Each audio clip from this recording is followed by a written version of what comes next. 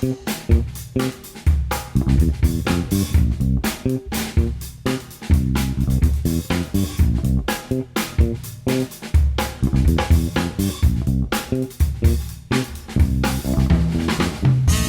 everyone. Welcome or welcome back to the Dan Nessel Show. I'm your host, Dan Nessel. You know, how many times a month or a week or a day even do you have like these horrifying automated, poorly targeted emails or texts or other crap that takes time out of your day and just plain stresses you out? Nobody wants to be bogged down with all that nonsense. I mean, like we could just ignore it, but at least in my case, the deluge is just too much to ignore. It becomes a hindrance. I can't get it out of my head. But hopefully, you know, we're in this day and age of harassment. I think now we're at the point where we might be turning a corner.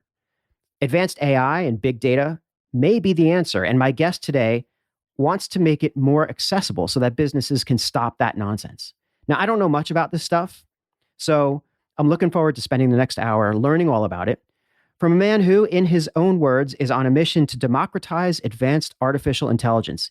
He's the president, co-founder, and co-CEO of White Rabbit Intel and host of the Down the Rabbit Hole podcast, which, by the way, is a podcast that you have to listen to because it is a lot like mine in some ways, as you'll see. Please welcome to the show, Rob Turley. Rob, great to see you. Thanks for coming on. Yeah, thank you so much for having me. And I couldn't have done the opening better myself.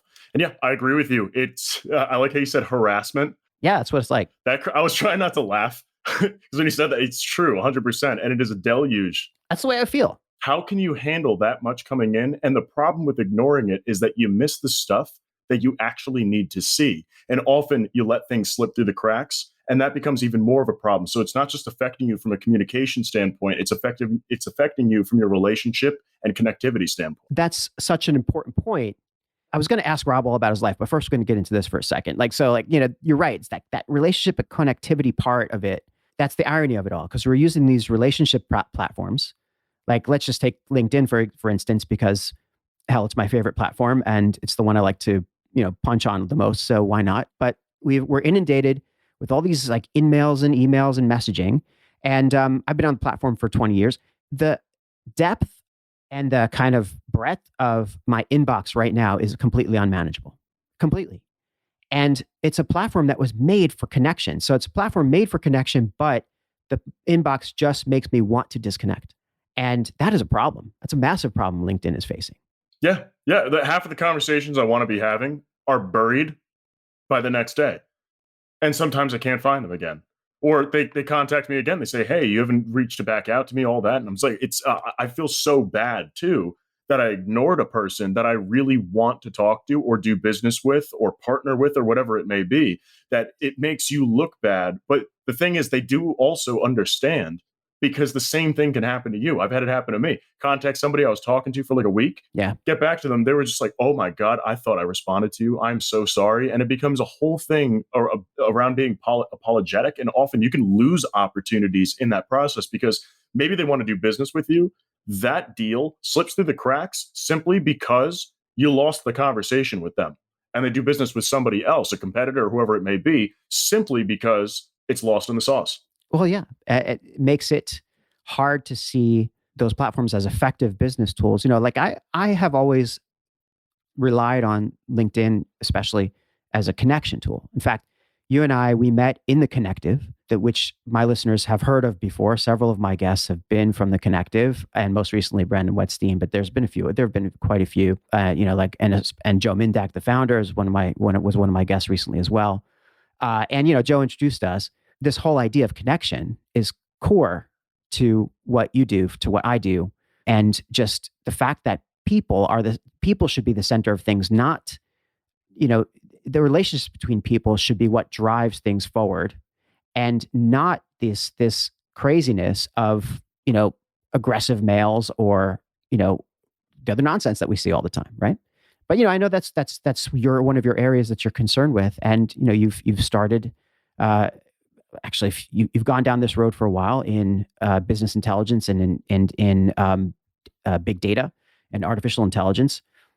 And what I really like about what I've seen from you so far, Rob, is that it's a little counterintuitive, I think, for the novice, and I am the novice here, but you're making better connections, better human connections using artificial intelligence. That's right. So the way that that works is using psychographics. I don't want to delve into that because that gets really kind of in a weird headspace, right? Could be. Not a lot of people understand it. And like, for example, I would never sell my product based off, oh yeah, we do psychographics, because you just pretty much eliminated about 99.9% of people who don't know what that is, which is everyone pretty much. And you can make them feel stupid. You don't want to make someone feel stupid Yeah. while selling to them. It is the worst idea. But what I say is that it's as simple as this: brass tacks.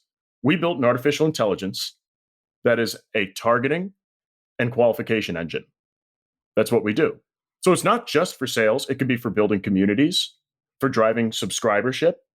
It can be used for driving engagement, increasing attendance at webinars. It can be used for sales. So we analyze people of like the desired outcome that you would want. So let's say, for simplicity, you have closed won sales, then you have closed lost sales. Easy peasy. So the people who bought from you, then the people who decided not to buy from you. We analyze both ends of that at the same time, see all the little nuanced patterns to understand what that means, and then build a mathematically produced ideal customer persona or ideal engagement persona, just an ideal persona in general, so that you can try to target, advertise, and market to the people who are most likely to fit that. So think of it this way: you can generate leads that are within your actual TAM. Then we can distill it even further because we build a predictive model with that. You can distill it further so that we can identify out of the leads that you've generated which people are most likely to fit into what we like to call the YAM. The YAM. Or your addressable market. So you have the TAM, but if you try to sell to your TAM, you won't sell to more than 10%. And that's if you're like a behemoth. It's impossible. It's about the people who want to do business with you, because people buy from people that they like, trust, and relate to, period. That's the way that it is. People buy from businesses, not the other way around. Yeah. That's the way that it works. So with that is that we're able to analyze it and tell you, okay, you have an 87.6% probability that they will fit your client base or fit your community or fit your podcast as a listener. So that we're able to detect that by looking at what makes them who they are and who they work for. So it's not just about the account, the company. Can they buy it? Can they buy it? It's not the question. Is will they buy it from you? Yeah. If you can have that in the upfront, you know who you're approaching, whether it's on LinkedIn or wherever you find them, you're approaching, so that eliminates the nonsense factor from that outreach, because the outreach is relevant from the get-go. Think about it as outside of the funnel, above the funnel, if you will. Okay. It's about getting them to that sales qualified lead stage in the funnel before you even speak with them or engage with them in the first place, right?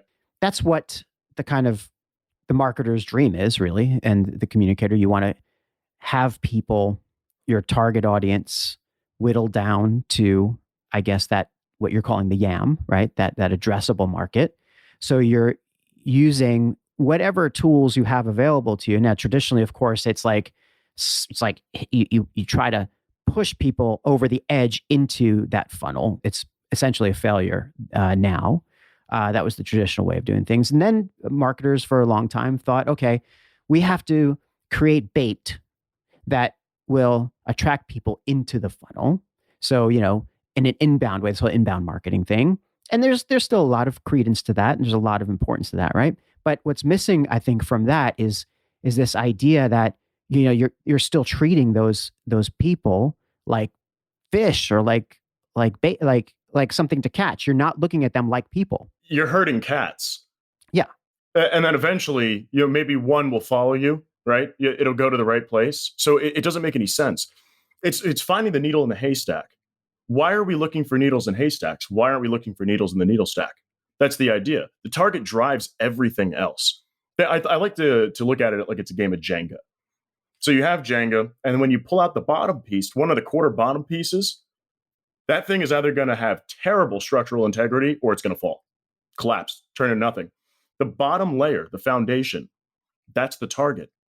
The second layer is the message. The third layer is the frequency and the quality of conversation. The fourth layer is the rapport. The fifth layer is the relationship. The sixth layer is the transaction, right? So when you look at it that way, people spend millions of dollars on perfecting the message.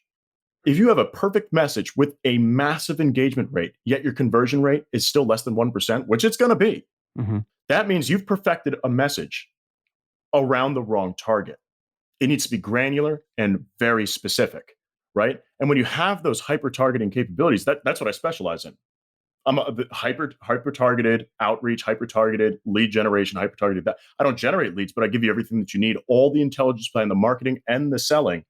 That way that you can generate the leads or reach out to the people or market to the people that are most likely to engage with you, to resonate with your value proposition, all of that stuff. And the reason that's important is because all that money is just dumped into nothing. So you're throwing $1 million bet on something that has a 1% win rate. Yeah. Why are we doing that? It's total nonsense. It's the way that the only way that it's done. Well, there is now newer ways to do this. Us being somebody who developed one, but that's the thing, is that there are better ways. We used to think cigarettes were healthy, good for your larynx. If you smoked them, the doctor would recommend them. Turns out they give you throat cancer. Just because everybody did it in the way, it's the way that it always was, which I call status quo-itis or the good enough disease. That's got to change. And I want to be one of those people that drives that change. And I want the people who associate with me, work with me, talk to me, learn from me, or the people that work for me that are talking to others to start spreading this idea around, is that we can do better. And you want to make that available to everybody, right? You're saying that you use the word democratize when you talk about the availability of this targeting capability, right? Or of this refined, I guess, psychographic profiles for your targets and so on. So how does that work into your business, and how do you turn that into something that, has value? Right. So the way that it's applied is that, well, everybody has an ICP, but in most sales teams, it's between 3 to 5 layers in depth, with marketing teams 5 to maybe 10. Let's back up for the novices. An ICP is? An ICP is an ideal customer profile. Thank you. Yes, or an ideal client profile, also known as an ideal customer persona or ideal client persona. It's all the same thing. So it's the idea of who it is that you sell to. Most sales teams, this will be familiar to everybody. Who do you target? Who's your best target? Even if you ask a CEO of a lot of like software companies or whatever types of companies, they go, okay, well, our best target is marketing directors at computer software companies in the United States that are between the size of 200 to 5,000, the companies like that. Yeah. There's 4 layers right there. And it's all just firmographics, which is pretty much meaningless. Or there's a couple titles that they would target, making the target even broader. Now, you just named about, 1.2 million people? Something like that, probably, yeah. Now, do you sell to 1.2 million people? Do 1.2 million people buy from you? No. Would you ever have 1.2 million customers in your entire company's existence? Oh, not likely. Maybe a couple thousand. Okay, so tell me, why are you marketing to 1.2 million people then? What are you doing? You're playing the odds, right? Yeah, it's the law of large numbers is not on your side. It will work eventually. Double the emails, double the phone calls, double everything. You could do that. Theoretically, you might double your sales, but that's not the thing. You've now doubled your spend. You've doubled your labor. You doubled your effort. It's not about that. Work smarter, not harder.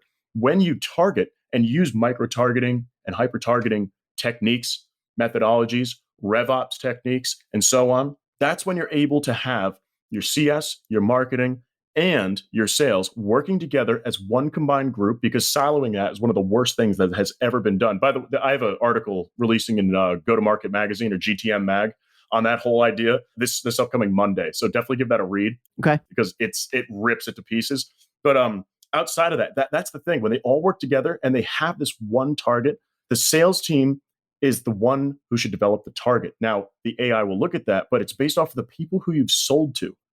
Who have you done business with? Who have you failed to do business with? That information feeds the marketing team. The marketing team now knows who to make content for and build it around. Now, when they're making that, they're now attracting the right people. It may be less engagements, but that doesn't matter. It's sitting in front of and resonating with the people who you do business with or are likely to do so. Then the CS team is able to see and understand when we're bringing in these higher quality leads, they're under less pressure. They're working with people who are going to be of a higher longevity because they're a fit. And it's not just the sales team trying to sell anybody who's got a pulse, which in the end is going to screw over the rest of the company from an engineering perspective, product perspective, marketing perspective. It all goes sideways because these people are never going to be happy with the product. You're innovating for the wrong reasons, all that stuff. So it all affects each other. That's the idea behind RevOps, is having it all work together. But having that micro targeting will help you be able to segment your audiences into tiny pieces so that you can send relevant, consistent, timely, and actual interesting content to these very small groupings of people so that you can have that. Personalization at scale is one of the greatest lies ever told. It's impossible. Whoever invented that, idiot, total idiot. Yeah. It's not possible. It's about being relevant at scale. That's the only thing that's possible. And then when you have this type of technology, this type of hyper targeting, you can now identify the people who are most likely to fit your client base and then do relevant, personalized human outreach to them rather than automating it to everybody and creating brand damage constantly. You can pinpoint, no, I need to talk to Kelly, I need to talk to Jim, and I need to talk to Barry. They are 92% likely to fit my client base and are so likely to buy from me that I need to focus on them, build that relationship like we talked about before, because business is done on relationships, period. And by doing all this automated outreach, that all goes out the window. It becomes cold, lifeless, and generalized. Do you want someone to reach out to you? Like people don't put themselves in the buyer's shoes. Think about, do you want an automated message to hit your inbox and tons of them to hit your inbox constantly? Is that attractive to you? No, I hate that. I send them to spam all the time. I don't care. They talk about it like that. It's like, well, then why are you doing that to them? It's the robocalling thing. It's the equivalent of that. It's the equivalent of getting those texts and calls that look like they're coming from numbers that you can trust. Okay. So like you're getting these mails or these emails or messages or something coming into your inbox from something that ostensibly looks like, okay, maybe I can trust this. And then you open it up and it is just garbage, right? Or harmful in some cases. Yeah. Yeah. The robodial thing cracks me up though, because I kept my New York area code. So whenever I see it, because I was not in like the 914, 910 area codes of the city, it was more upstate, right? Sure. That's where I got my cell phone. So if anybody calls from my 845 area code, I know it's garbage. So when they use those mimicking systems, it will never be picked up because the chances of them not being in my existing contacts in my phone to recognize who it is literally zero. Well, you get to that point where you realize that, right? You do. But still, people do this. Companies are doing this. Nefarious characters mostly are doing this, but they're doing it. And to me, it's not that far of a leap from something like that to, hey, I saw your profile on LinkedIn and I noticed you are a fill in the blank. It looks like you want to generate, a certain amount of business this year, don't you? And then you get these, I'm going to help you do 10x, 8x, 15x. If you just, write me back or schedule something on my Calendly. Like that seems to be the pattern of things now. Yeah. People need to learn something about that. If you send a connection request with a pitch, stop immediately. I'm a social selling expert. And being a social selling expert, it is the most misleading name ever thought up of. Because if you ever sell on LinkedIn directly, you will never sell a thing. It's about networking, creating rapport, and driving enough interest where they're interested in meeting you simply because you are who you are and you're interested to get to know them. The second you pitch, it all goes out the window. And I like to tell people to live by this rule. Never pitch on LinkedIn without permission. Yep. You need permission to pitch. They need to ask you directly to do so. And even if they ask you directly to do so, they probably just want you out of their hair. They're probably not that interested in talking to you. And if you're in that less than 3% point, or they're that person who's in the less than 3%, who's ready to buy something like that right now and just want to understand what it is, the chances of that are astronomical. I mean, you have a 97% failure rate there. So it's not about that. Or my favorite is, I'm impressed by your profile. Let's connect. Yeah. Okay. I mean, come on, there's nothing more careless than that. When I consult people on this, it's about creating a connection to their values. You look at their activity. And it's not about what they post. What they post is some face value bullshit that they just want you to see, right? It's about what they're engaging with, what they're liking and commenting, and what they're following. So when you look at what they're engaging with, that's the stuff they actually care about. You find a pattern in there, understanding, they support education. They have a heavy tie to family values. They're liking it whenever anybody posts pictures with their kids, with their families, all that stuff.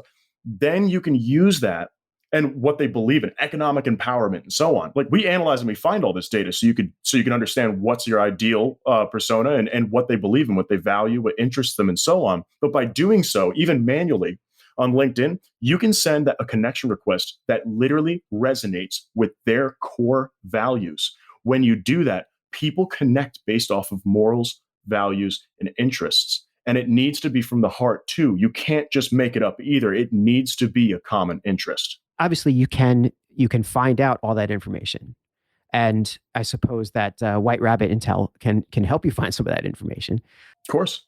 But when you find that information, if you don't align with that target, and you're approaching them because, okay, I have the goods, I have the data, I know I can get to this person. But if you don't have something in your own business or yourself that aligns with that person, there's a sort of ethical issue there, isn't there? And you're going to get discovered and called out, I think, in no time flat. So, oh yeah. No, they know when it's hollow. If you try to speak to someone's values and you don't believe in them, you are immediately seen as hollow. And then guess what? The trust just went out the window. right. And that is where the human part comes in, right? I mean, the trust is so critical to any of this stuff.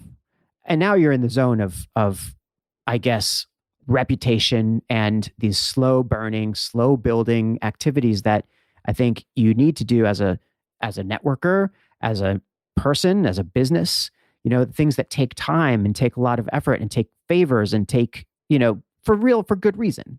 It takes all of these little building blocks, that bottom of the Jenga that build that foundation of that relationship, right?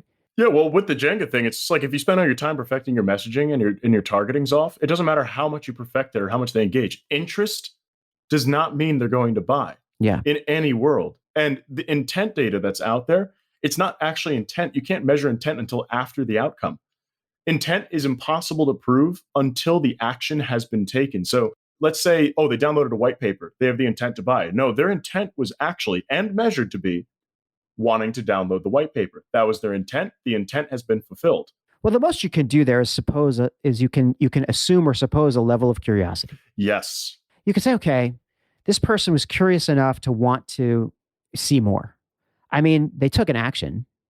Right. So it's behavioral data. So it's intent data and behavioral data are the same thing. It's behavioral. And instead of intent, it should be called interest data. Yeah. And there's levels of that too. I mean, it's not straight up. Obviously, it depends on what's on the other end of it. If it's download this and you'll receive the information to buy something now, or download this and, here's some trend data. Those are very different levels of intent and interest, right? I was going to ask you though, because all this is making me think that awareness is kind of bullshit. Like, I shouldn't say that at all. I mean, especially when you're in the consumer goods in business, for example, or where that mass market is your target, you have literally billions. Well, awareness is important. It's not bullshit. The reason awareness is important is because that's what builds market validation. And by seeing your logo everywhere, it starts establishing a trust subconsciously. Or if you don't believe in subconscious because you have issues with like Freud and everything, then it's unconsciously. Yeah. They're the same thing. People just know subconscious. So, sorry, the tangent right there. But no, it's a good tangent. But like awareness, though, in and of itself, I mean, it can be measured, right? You can do surveys and you can check to see awareness of something. But to focus a lot on awareness and sort of try to pull people in to your orbit, by definition, it is not targeted, right? By definition, it's kind of... Well, so I would call it this, is that awareness is sloppy. It's all over the place. Okay. But then you can have targeted awareness, but you're technically building a community. Targeted awareness is community building. Awareness, as it's traditionally done, is just spray and pray and hope something hits something. That's all it is. There's no actual value. There's no inherent value to it. And if anything, if you try to drive awareness too much, you start creating brand damage because you start annoying people. You become too visible. It starts to get under people's skin. And especially in the B2B world, let's say, I don't mean to pick on any company specifically, but Outreach.io. If their stuff was all over the place, you keep getting ads for it, you already have a sequencing platform. You use Outplay, let's say. Or you use HubSpots, or you use Active Campaigns. Doesn't matter. Using another one. and you don't want theirs and you never want theirs. And all you do is get ads and ads and ads and ads and ads and ads and ads because you were just looking up tutorials on sequencing or what some good sequences are. It starts driving you nuts where you're like, now I will never do business with them because of this BS that they put me through. And all I see is them. And it's starting to really, really bother me. Now, that person, no matter what business they work for, whatever business they start, they are going to actively avoid outreach. When outreach hasn't done anything, all they're trying to do is build awareness. They're a perfectly good platform. It's just that it can come off the wrong way. That's why targeting is so important, especially in business, because brand damage is so easy to start creating. And that's the issue behind like the ABM approach. The ABM approach was a good step forward for progress, for the sake of progress, to start targeting better. But that's the account level. Now, when I work with people, we use their ABM process. It's good, except when we add the layer that we have to it with our psychographic analytics, our predictive analytics, it becomes what we like to call PBM, people-based marketing, instead of account-based marketing. So you go in at the account, the account's a fit. Let's say you go on to Cognism, ZoomInfo, UpLead, whatever your lead gen is, even if you're scraping LinkedIn. You pull all of the people who are the influencers, decision makers, and other key players that you would be looking at, pull them off. Usually in an ABM approach, you would market to all of them, every single one of them in that company, and try to create one unified message. But really, that could be pissing off a lot of people in the company that it's not relevant to or it wouldn't have interest in. You want to try to find that champion, the person who responds, replies, and actually flows with it. So our system, we're able to identify that, okay, out of these 142 key players in the company, you want to talk to Kim and you want to talk to Joaquin. Those are the two you want to talk to because you have an 87.4% fit with them. You start the conversation there, then you can start multi-threading in an effective way and map out the people who are who are going to be your best influencers and champions based off of how well they fit. That way you can go through them, target them personally in a human way to create a lot of interest very quickly and start building a relationship legitimately. That way they can sell you internally. The advantage that gives you is unbelievable. Yeah.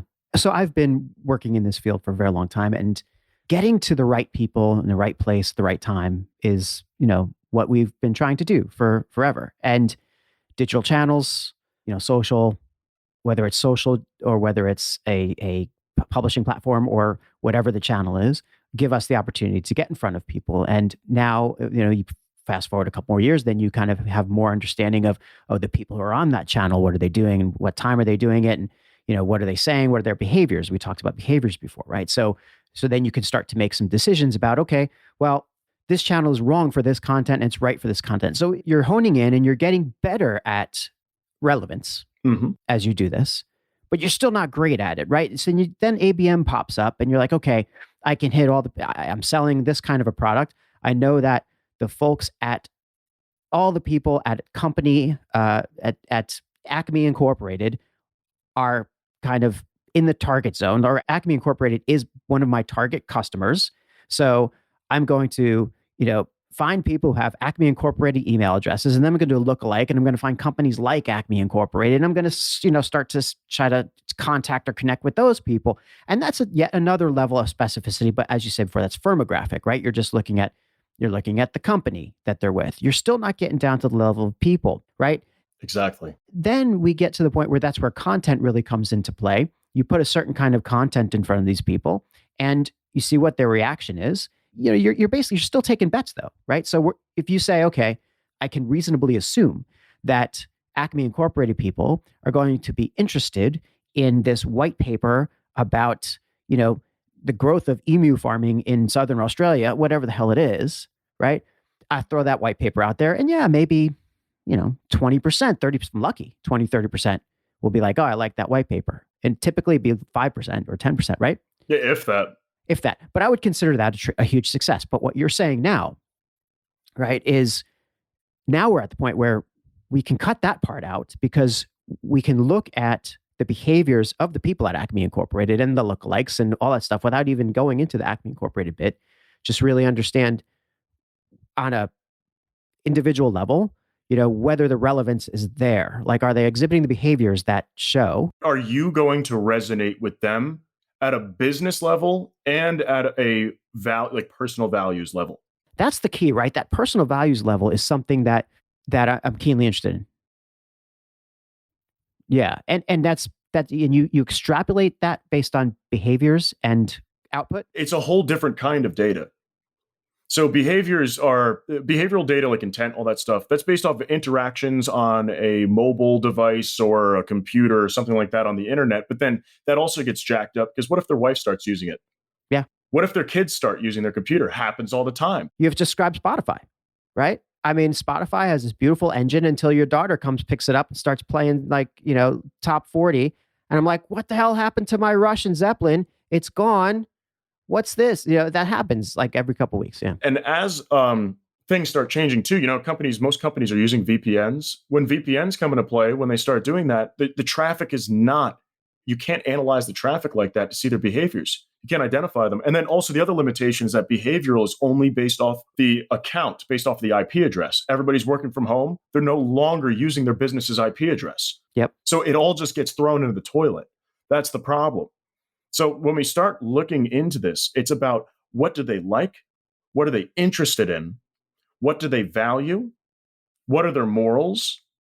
And what drives them? What are their aspirations? What skills do they have? How do they apply those skills and so on?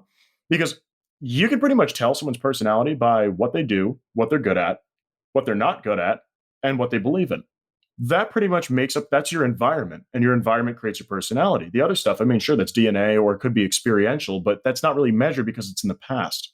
And it's something that was probably in person, which is also not being analyzed because we can't plug the human body into a computer yet, effectively. Not yet. Yeah. So we're getting into that stuff with like, all that other crap. Wearables and all that stuff. Yeah. Yeah. And all that. So we can start seeing that, like if their heart rate goes up and all that, but then you're missing the context as to why. Well, where's that data coming from though? Where do you discover what a person's, use the word morals? We're treading on this kind of very interesting territory here, right? And some people might say scary. I don't think it's scary. I just think it's, it's what I put out there into my social profiles, what I put out there into my, buying behavior or whatever is out there. I mean, I'm under no illusion that it's not discoverable. Yeah. So, I'm assuming that that's where the bulk of your data is coming from, but how do you kind of come to these conclusions about, unless if you're able to tell me about how somebody behave, like what somebody's like values are? That's very kind of controversial in some ways. A lot of it comes from what they engage with. So the content behind it, rather than what they're doing, it's what it is. That idea, what they support, all those things. But then a lot of it, I can't talk about. But then that's the hint that I'll give you. That's the idea. And it's kind of mind-bending in a lot of different ways because it doesn't make sense when you think about it, but it makes sense mathematically. Does that make sense? Well, you threw the term mathematically, which automatically makes me believe you. That's the thing. It's all math. It is math. Yeah. It's all data. Yeah. It's all math, and you could plot it and you can analyze it. You can calculate it. You can build algorithms that can handle that as well. It's about picking it to pieces and then understanding how the patterns all connect. And then once you get those patterns, right? And, just sort of bring us back a little bit. Once you get those patterns, you can identify what the drivers of somebody's desires or behaviors are to a degree, right? That's right. Yeah. Then you can determine whether or not this person is a viable or relevant customer or stakeholder or whatever it is. See, like I operate a little bit earlier in the process, usually because I'm a communications guy. So generally I'm trying to build reputation. I'm trying to, build that interest, that fundamental interest in, and convey the fact that, my company, for example, does really good things and you should understand the good things that we do and, become part of our community, as you said. You're actually the driver and the instigator of the values, the company's values, and the people who work at your company's values and projecting that. And that's the most attractive trait. Yeah. So if they're sharing some of the great work that we're doing in, hygiene, for example, then their belief or their value of, keeping people safe and clean, right? It becomes part of that data. And think about it. Yeah. What about the people who go use the urinal and they'll never wash their hands after they take a pee? Think about that. Are you ever going to resonate with those people, or are you just going to piss them off because they think it's pointless? That's a horrifying image, but yes, you're onto something there. Right. And by the way, this is not something to do with necessarily anything that I've seen recently, but the Internet of Things may be able to tell us even more about who is washing their hands and who isn't, after they do, or whether or not somebody does. Well, all you need is facial recognition, and then also human body movement, shape, polygon-based shape recognition. You recognize who they are. You're able to analyze them, identify who the person is within like the 99th percentile. And then, are they using the sink? So they're at the urinal. It's using spatial recognition. Do they move to the sink? Do they turn on the faucet and wash their hands, then leave? Is there a lag time, or do they just walk out? Boom, that person doesn't wash their hands. That person doesn't wash their hands. This person does. It's not all that complex. Yeah, some people are going to throw out the word. It's kind of scary, isn't it? That you can get to that level of detail about people just by observing or by watching, data, like looking at the math, in this case, time or movement speed, whatever.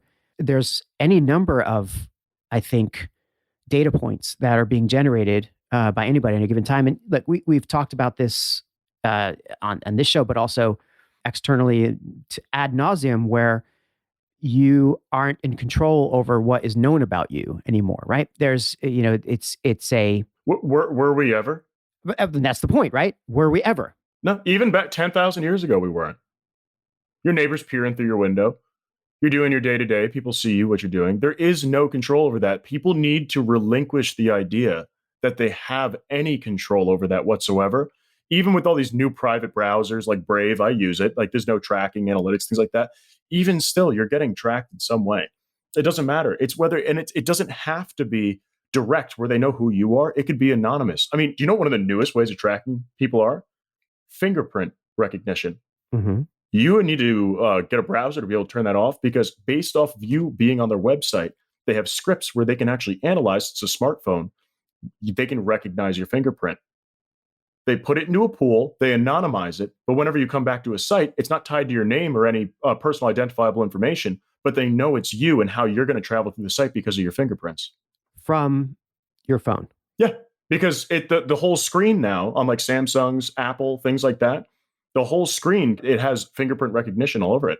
And that can go both ways. There's a lot of that people are not aware of. I mean, obviously, if you have wearables, your biometric data is being transmitted. I mean, you're right. You can't hide. And we have responsibility, though, don't we, as marketers and as communicators, to behave properly with this data.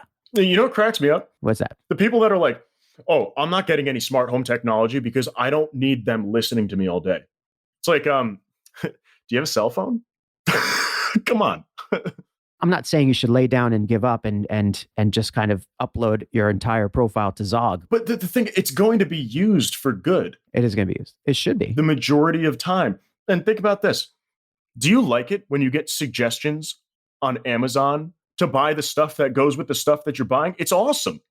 If you opted out of all of that tracking, you would never get suggestions relevant. You get ads that make absolutely zero sense to you. It's actually very convenient and helps us. You know, when you drive by McDonald's, you're nearby, they use geofencing. You get the coupon right when you drive up to the drive-through. Otherwise, guess what? You're not getting the coupon if they didn't have that tracking. Yeah, and that's not new either. I mean, that's something that's been around. Yeah, geofencing has been around since like the early 2000s. It's been around for a while, and it has incredible uses, not only for retail like you're talking about, but for event spaces. You know, when you are part of an event, you know, you are suddenly part of a much smaller community. And if you're geofenced, the kind of information that can be transmitted specifically to that group of people is so, the relevance scores are off the charts, right? So you can really get some important information out to people. But I mean, look, there's just like with anything, we have a lot of things to sort out as a society when it comes to how data is, how your personal, I'm going to say personal data, but your behavioral data and these data points that you generate are treated. Because there's no doubt they're going to be used and stuff. You know, they're talking about, and we know that the cookie is going away, right? The reason the cookie is going away is, frankly, they don't need it anymore. My buddy Arturo and I were calling it the cookie apocalypse. The cookie apocalypse, right? You know, and yeah, tracking, ad tracking, and so on. It's good. Oh, advertising companies, it's going to be like the sky's falling and the world is on fire. I cannot wait. It's going to be hilarious. But at the same time, terrifying for them, but hilarious because this is the first time that they would have been forced to innovate since like the 90s. Well, do you think that it's going to be innovation though? Do you think it's going to be innovation? Or do you think they're going to realize that, wait a second, that means I have to go back to writing good copy that's relevant to my audiences? Right. But think of it this way. This is the way the other half goes that nobody actually understands. Cookies are gone. That's very surface level. It's not that intrusive. It just follows where you go and understands things like that. Things like fingerprinting will become the norm after that. That's weird, creepy. Because they got rid of the surface level, it's going to get hyper invasive. That's the backlash. Is what getting rid of that because everybody's asking for it. I don't want to be tracked is going to create something far worse. And it's also going to make it better. The people who don't go down that route, creating good copy, targeting properly, using tech like I build to target people directly and understand, okay, this is who I should be talking to and all of that, which is way more effective. But then you're going to get into the hyper creepy zone. And that's really mostly going to be in the consumer space, though. Yes. But just like anything else, you know, it's up to the wielder to wield it for good, right? Or for not, you know? That's right. I always tell people technology is not inherently evil. Never has been, never will be. Weapons, not inherently evil. That's just a tool. So tools and technologies, never evil. It's all about who built it and what their intention was, or the wielder and the wielder's intention. It's interesting because, you know, when you are sitting behind a keyboard, you don't realize the power that you either have or you're giving up, right? You are a weapon wielder, I suppose. As well, you certainly are when you're, you know, generating using advanced artificial intelligence to dig into people. Yes, and we use it for good because we want to use it for good. Like we refuse to work with any governments or government agencies because they don't deserve the tech. It's that simple. But they're going to use it for things. It's psychological manipulation, other weaponize it in some way. We won't let that happen. And another thing too is that the way that we are able to process the data to our output, it doesn't give any personal identifiable cues on anything. Where when we release the data on just one person, it is simply just a score. Why do we do that? We can give you, oh yeah, all about their life, what they like. We can give you all of that, but we never will because it's too much information. And inherently, people say, "Oh, it'd be good to know." Yeah, and we could take it to our advantage. Well, that may be true, but it's already been calculated on AI side. Now it's your job to be human. If you know that much, whether you like it or not, subconsciously or unconsciously, you are going to leverage it, and it's going to get weird. The person's going to feel like you know way too much about them. And it's the creepy zone. So they're going to feel like you've been stalking them rather than you took the time to get to know them. What do you think that's going to do for like the connection platforms, like the individuals like us, for example, who are trying to be more, you know, make more meaningful connections? Well, it's going to be good because you will have the confidence up front to inoculate the fear and uncertainty behind it. So I go in a meeting with someone, I've got a 77.4% probability that I'm going to hit it off with them. Fantastic. That means 77.4% of the time, I'm going to have a great conversation. So I go into that conversation, anything over 50%, with the best confidence ever. And that immediately is going to give you that advantage. Just the mindset change will give the advantage. And you're going to be on the better side of that percentage, the part that's helping you. Even if you're at a 20%, 1 out of 5 in sales ain't bad.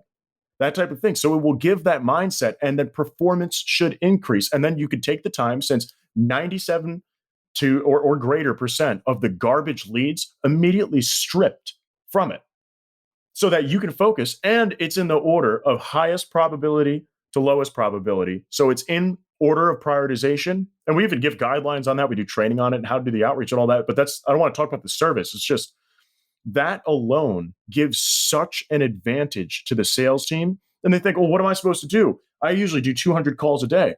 Well, you don't have to do 200 calls a day. You're going to focus on these 25 people. You're going to retarget them. You're going to use omni-channel approach. You're going to do the proper pre-call planning, the proper research, and the proper preparation so that you are as equipped as possible to have a valuable, personal, and experiential conversation with somebody to actually help them, not just find out if they're going to say yes or no. It's a whole new level for certainly for a salesperson. It certainly does back what you're saying about putting people back in salespeople, and it's not just about a numbers game or any of that stuff anymore. It's not the number game we thought. It's actually a numbers game. It is, because everything's math, but far beyond human comprehension. It is not what we thought. And think about what it could do for marketers. So salespeople, great. That's direct. It makes sense. For marketers, imagine having a persona built around every single campaign, engagement, webinar that they create to see exactly who's engaging with each piece of content, and then using that to compare it against their ideal client persona. Being able to dig into other markets. You want to see what the IT directors that are between 200 to 500 employees in the United States are made up of. What are the correlative properties? What do they all have in common? So that you can build a product around them, build a brand around them, build a campaign around them. We can analyze that so you can delve into that and know up front before digging into it, all those things. And then from a comms perspective, what should we be talking about? What imagery should we be using that's going to resonate with them, that's going to hit the limbic system, the emotional response part of their brain? Because people buy emotionally. They just use logic to justify the purchase.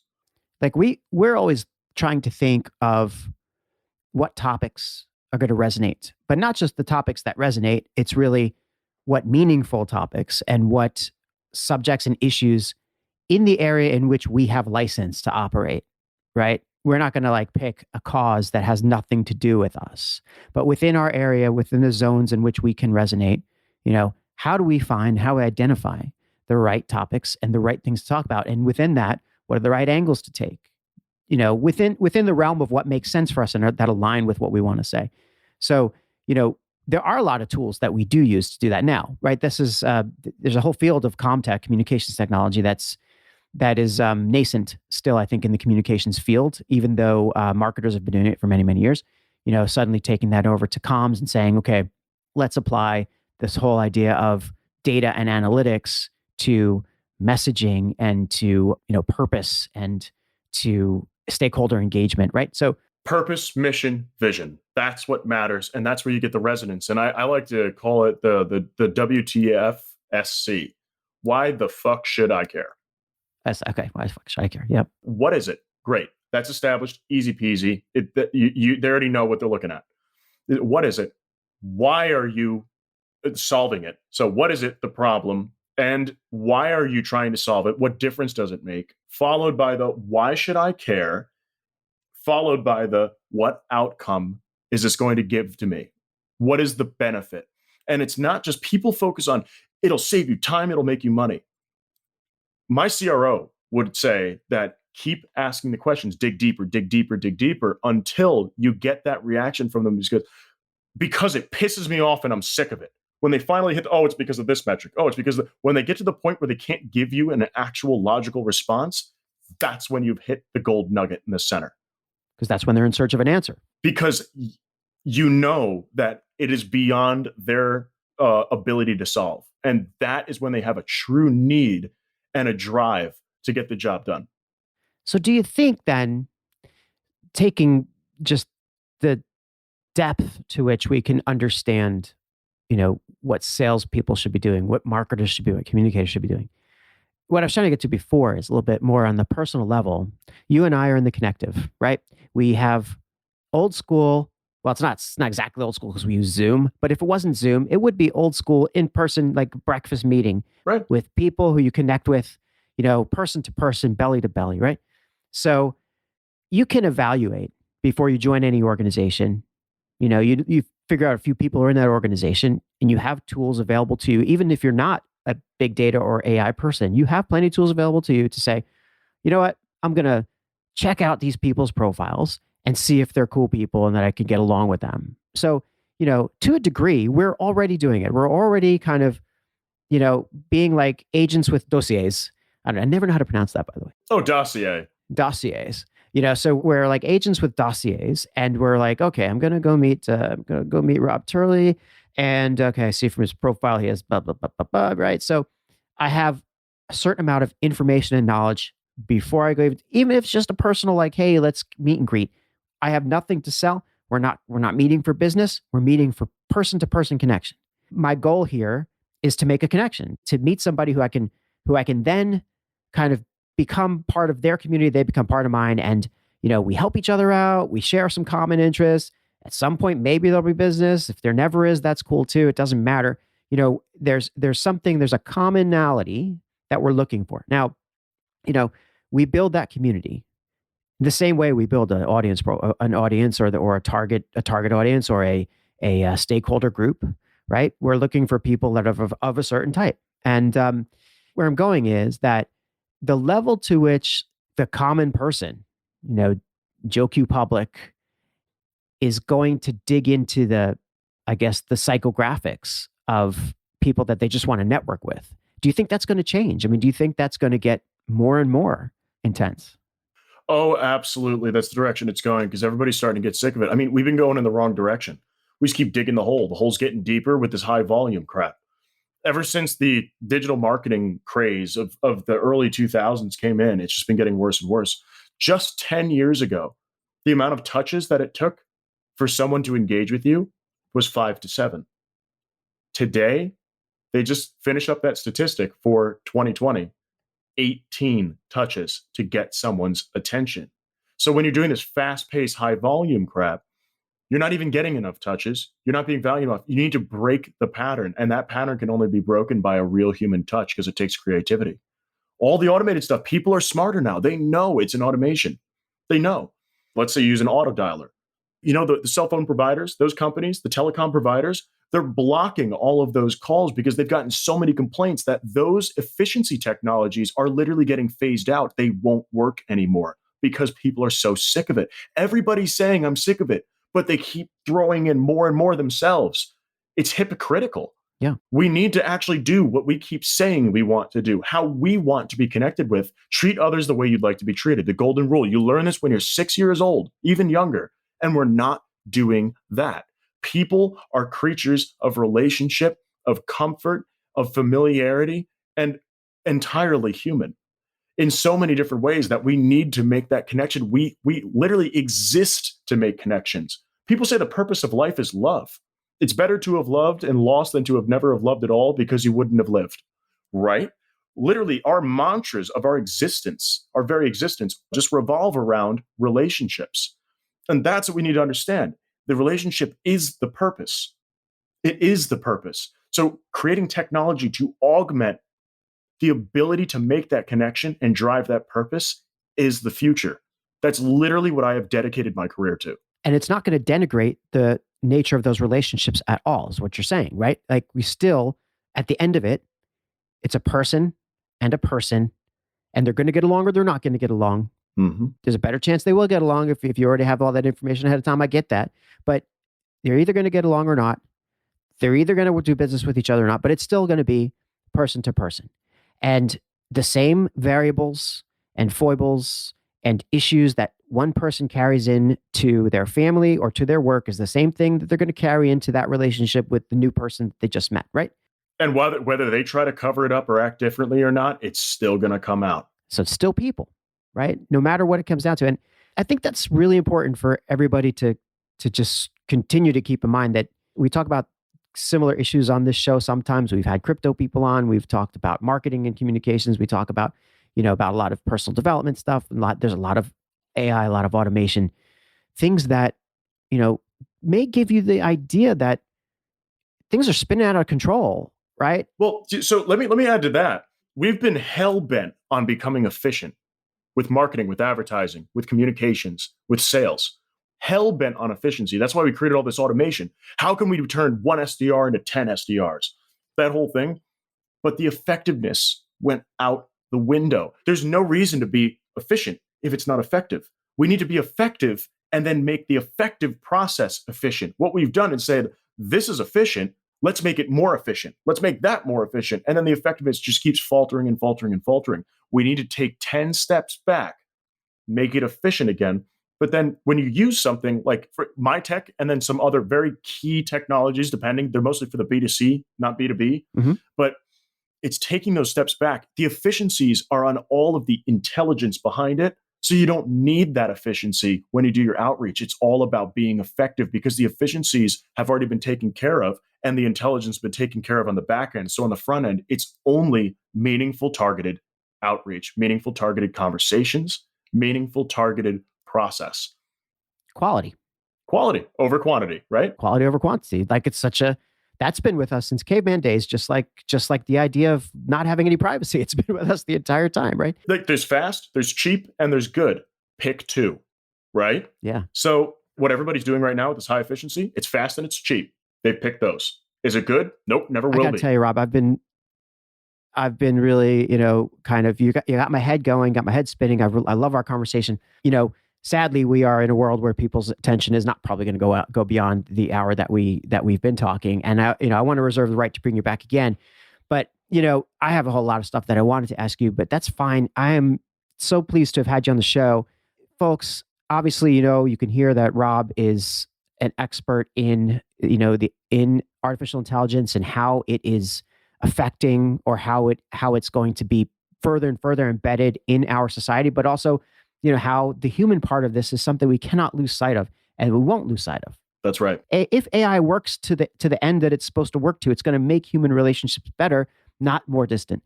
And there may be a backlash happening right now, even to all this harassment that I referred to at the beginning. Let's just hope that's true. Rob, any last words on that effect? Any last words? It's a great question.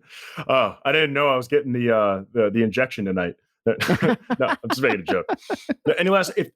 Just the takeaway, overall takeaway from this is that technology is your friend, not your foe. Yeah. The proper technology, good artificial intelligence, proper technology is created to augment and enhance the ability of humans, not replace them. But when you're doing these mundane tasks, if that is your job, you will be replaced. But that's not the problem. The problem is that you can specialize more. You can take it further. You could do more. You can become more. And that's the idea. So we could be creative, intuitive, and challenge ourselves to become the best version of ourselves. So the other part would be when you're marketing, when you're selling, when you're doing communications, stop focusing on the volume and stop focusing on the efficiency because we need to become effective. If you really want to stand out, especially in a market that's such high volume like this, you want to stand out more than anything else. And that will ultimately get you to your goal better, faster, and stronger. Words to live by, I would say. I mean, that's awesome. Look, again, please punch you're on. Thank you so much for coming on, Rob. Everybody, if you want to hear more from Rob, you have to go to the Down the Rabbit Hole podcast. It's like this, but more. And every week, is it, Rob? You're putting that out? Yep. It's every Thursday. And now I'm getting consistent with it. 4 a.m. Eastern, I release it. So it's across global, That's awesome. And it's, again, Rob covers a variety of topics, but all with the intent of growth and development, to running a business and growing and developing a business. And ultimately, though, he covers so many topics. It's really interesting. Again, Down the Rabbit Hole podcast. Look for Rob Turley on LinkedIn, and his name will be spelled properly in the episode title. Also, check out whiterabbitintel.com. Sounds like it's spelled like it sounds for Rob's company. And look, there's so much that we didn't touch on what you do, Rob, but I think that it's clear that you are a person with a lot to say. And I have thoroughly enjoyed our conversation. Thank you so much for coming on. And I can't wait to do this again sometime. Absolutely. And the pleasure's mine. Thanks, Rob.